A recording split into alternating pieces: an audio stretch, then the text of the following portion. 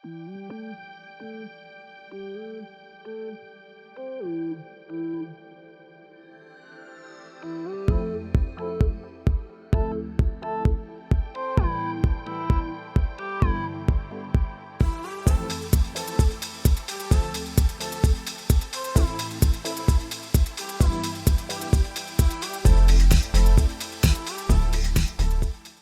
there guys, welcome back to another update from UK Reefer. I hope you all had a great Christmas and New Year. Sorry it's been a couple of months since the last update. I've just been literally snowed under with work and Christmas and family stuff, so yeah, it's just been a bit mental. But I thought I'd best get a quick update done because obviously a lot's happened in the tank and there's some good things moving forward. First things first, I'd just like to thank everyone that's subscribed to the channel and has been liking the videos, following the channel, leaving comments. It's actually helped grow the channel quite well, far more than I ever thought it would. So if you're new to the channel and you want to follow along the journey, just hit that subscribe button and the little bell notification, and that'll tell you when the next video has been released by us. As you can see, the tank's been ticking over quite nicely. We've had plenty of growth with the SPS and a bit of everything really. But if you look at the last video compared to this video, you can see the growth that we've actually had. On top of that, we have had some new additions. So we've had some brand new corals from Signature Frags. They've sent us this fantastic frag pack. Don't get me wrong, they're not the cheapest, but at the same time, if you look at the quality of what we've got, I'm looking forward to getting them all stuck down.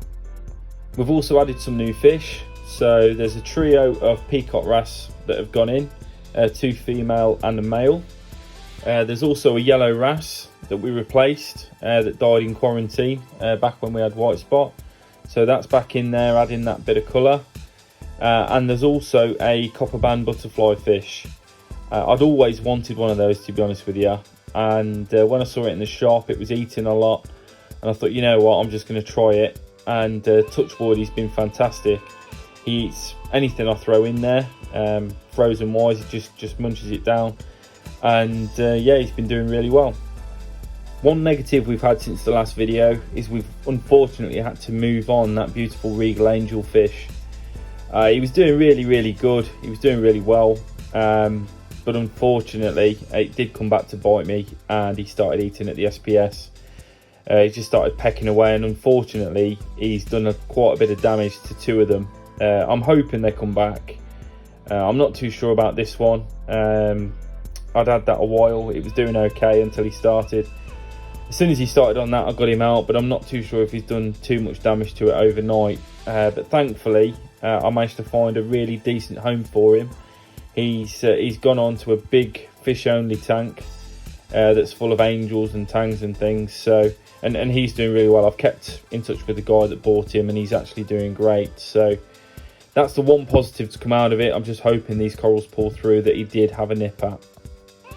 One thing I'm going to do, just in case it wasn't the angel that's caused all that damage, even though I did see him nipping, is I'm going to run a Triton ICP test just to make sure there's nothing wrong with the water. Obviously, when you start seeing coral strip and things like that, the first thing you start thinking of, alkalinity swings and things like that, but my alkalinity's been rock steady at 8 for quite a period of time. So I know it's not that. The only other thing that could be is maybe there's something in the water. Maybe there's been a trace element overdose or something like that. I'm not too sure. As far as I'm aware of, everything's been done right. So I'll get the ICP test off, and in the next video I'll explain the results from that. With the other SPS in the tank, we've actually had really good results. The big stylo colony in the middle is just growing massively now. It's to the point where it's just taken the middle of that tank. The green stylo next to it, that's the best part of 10 inches wide now.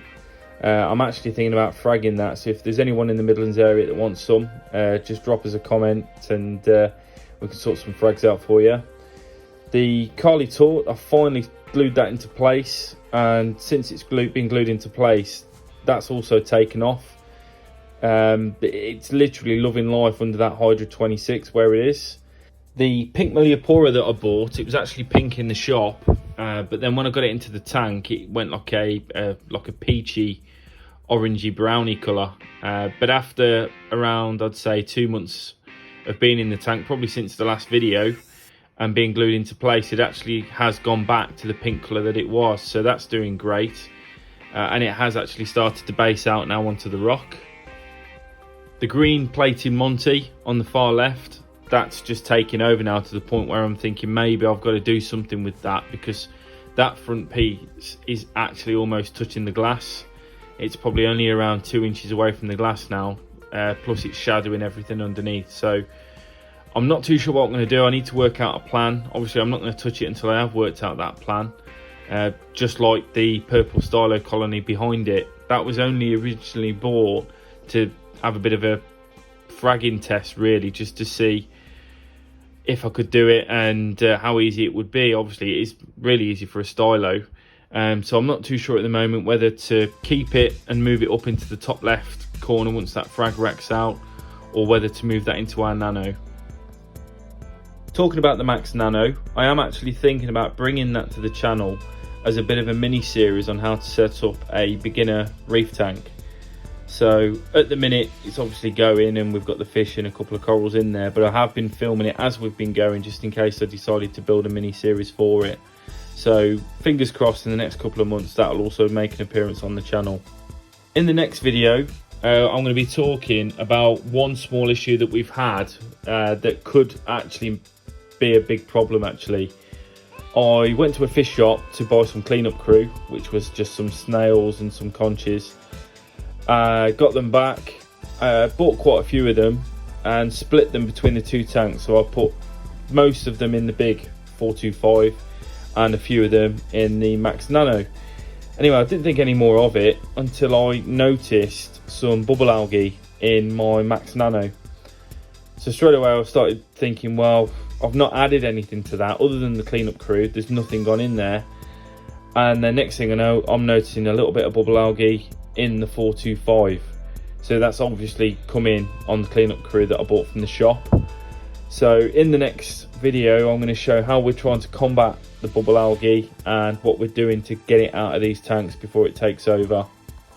Right then guys, that's a bit of a short and sweet video, to be honest. I just wanted to get something up just so you could see the tank is still live and well. I literally have just been really busy with work, but in the next video we will discuss how we're sorting out this bubble algae problem. There is a video coming as well for the Deltec 1000i skimmer. It's just a bit of a review video on how it's been going over the last 9 months. It's brilliant, to be honest with you, but look out for that video coming up. But thanks to everyone that subscribed to the channel.